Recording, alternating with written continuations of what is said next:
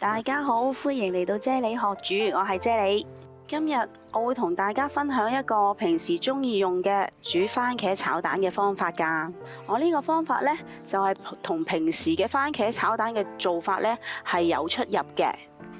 因為我囡囡呢，佢就中意食啲餸呢就比較有咬口一啲嘅，所以我煮番茄炒蛋呢都盡量唔好煮到太腍啦，令佢有啲咬口啦咁樣啦。咁大家一齊嚟睇睇我呢個方法啱唔啱你用啊？又或者留言話我知你哋係點樣煮番茄炒蛋噶啦。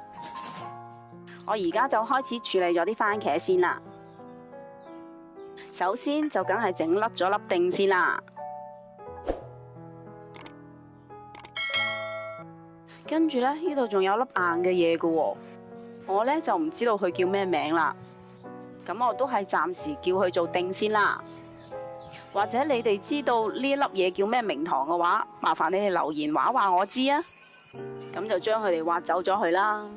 因為咧呢粒嘢咧就硬硬地嘅，食起上嚟咧就會影響個口感啦。咁我通常咧就會用個刨嚟挖走佢啦。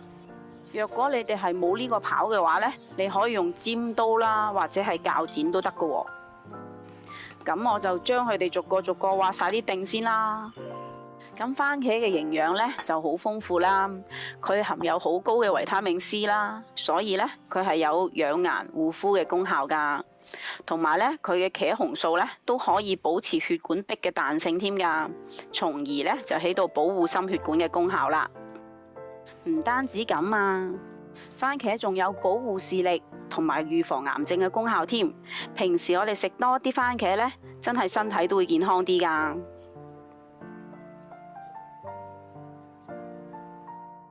好，咁而家咧就挖晒咗啲丁啦，跟住咧我就幫個番茄啦喺個底度咧就界個十字先啦，唔使界太深噶，淺淺地就 OK 噶啦。咁我逐個將佢哋界晒咗先講啦。哇，咁快咧就已經界好晒啦。咁我而家咧就要將啲滾水啦倒落去浸下啲番茄噶喎。真係要用滾水嘅喎，因為咧滾水嘅溫度咧先至淥得熟啲番茄皮啦。咁一陣我哋搣皮嘅時候咧就會易搣好多噶啦。如果你係冇現成滾水嘅話咧，咁你就要煲一煲滾水，然之後咧將番茄擺落去浸3分鐘啦。浸緊番茄嘅同時咧，我而家咧就將啲蛋打咗佢先啦。咁我將2個雞蛋咧就打咗落個碟度先。咦？點解係2隻嘅？頭先咪4隻嘅咩？仲有2隻咧？唔使急，剩低2隻喺度。依2隻咧，我就要將佢打落個碗度嘅喎。跟住咧，我就會將佢發散啦，將佢變成蛋液嘅喎。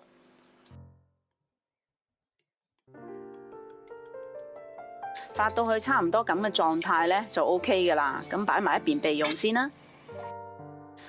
滾水浸咗5分鐘嘅番茄咧，個形態咧就係咁啦。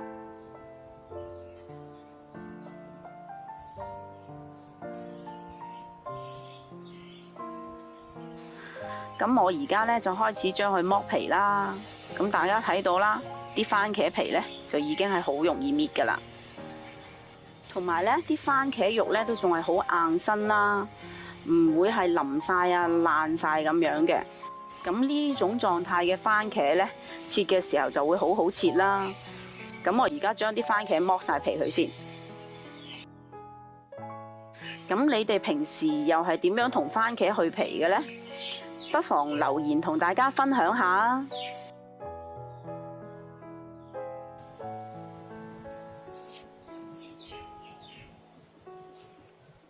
話咁快呢，我又將番茄皮剝晒咯喎。咁我而家就開始切番茄啦。我呢就有啲強迫症嘅，我就中意啲嘢整整齊齊咁樣，所以呢，我就會跟住個番茄嘅形嚟切番茄啦。要切完個番茄呢，個形都仲喺度嘅咁樣咯。跟住呢，就將佢哋擺落碟度啦，擺得佢靚靚地咁樣啦。另外，我準備咗2粒剝咗衣嘅蒜頭啦，我會將佢切成薄片之後呢，再改刀將佢剁成蒜蓉嘅。咁我而家切好啲蒜蓉先啦。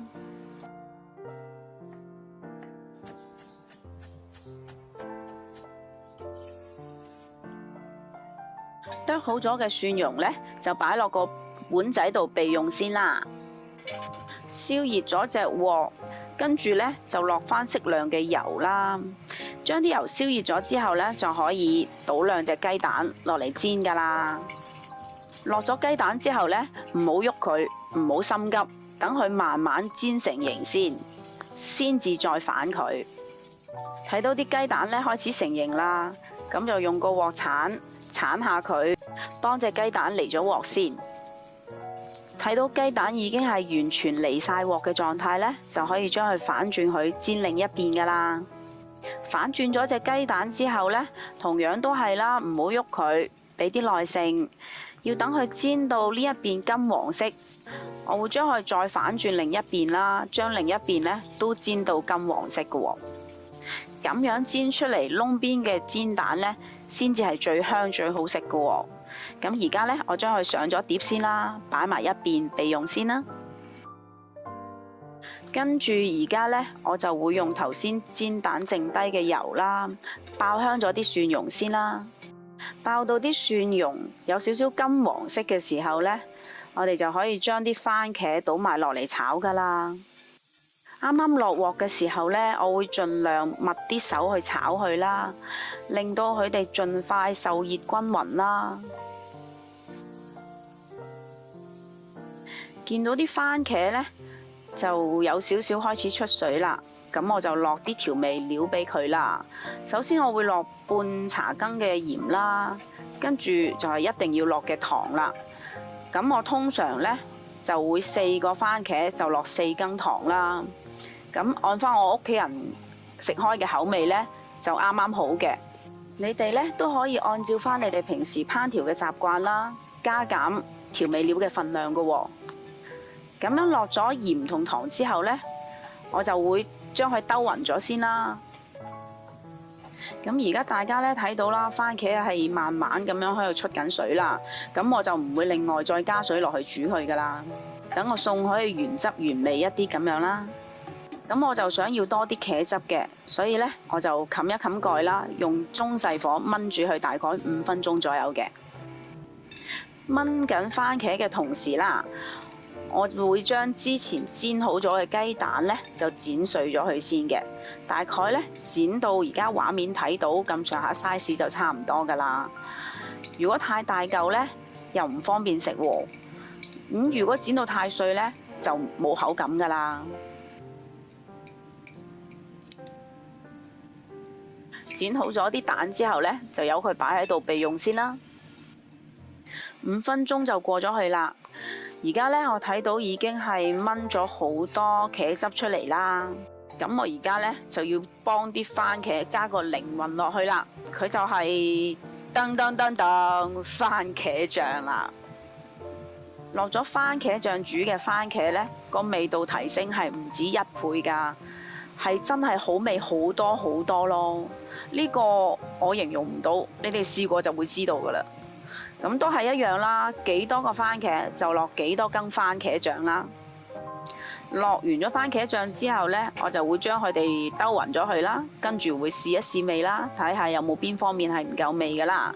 咁而家我呢個呢，甜酸度係啱啱好啦，係好惹味嘅嗰隻甜酸味啦。咁我而家就將啲番茄拔起咗佢先啦。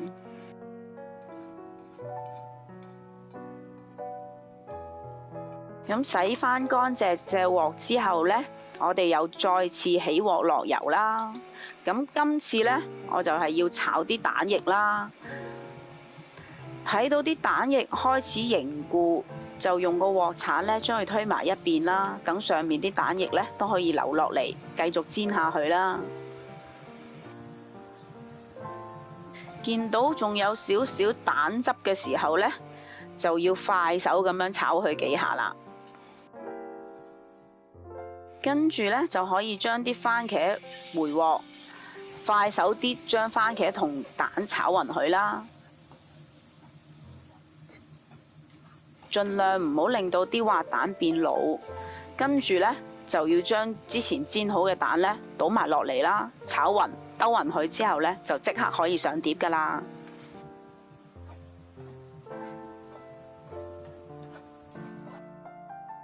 好，而家就可以上碟啦。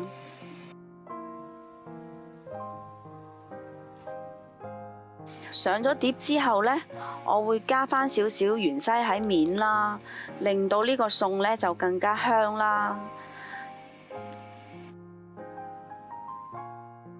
大家睇下啲雞蛋呢係仲有溏心㗎喎，咁大家諗下喺番茄炒蛋入邊食到有溏心嘅雞蛋，係俾酸酸甜甜嘅茄汁包住嘅溏心蛋喎。呢一隻味道呢，就真係只可以意會，唔可以言傳，好食到我唔識形容。每一次煮呢一個餸嗰一餐呢，我囡囡一定會添飯嘅。咁做媽咪嘅見到呢一個情景，一定係會好開心啦。如果你都中意食番茄炒蛋嘅話，下次不妨試下呢個煮法啦，同埋請你俾個 like 我啊！如果你中意睇我嘅片，請你訂閱我嘅 channel 啦，記得撳着埋隔離個鐘仔啊，咁樣我出新片呢，你先會收到通知嘅喎。多謝晒你哋嘅收睇，我哋下一條片再見啦，拜拜。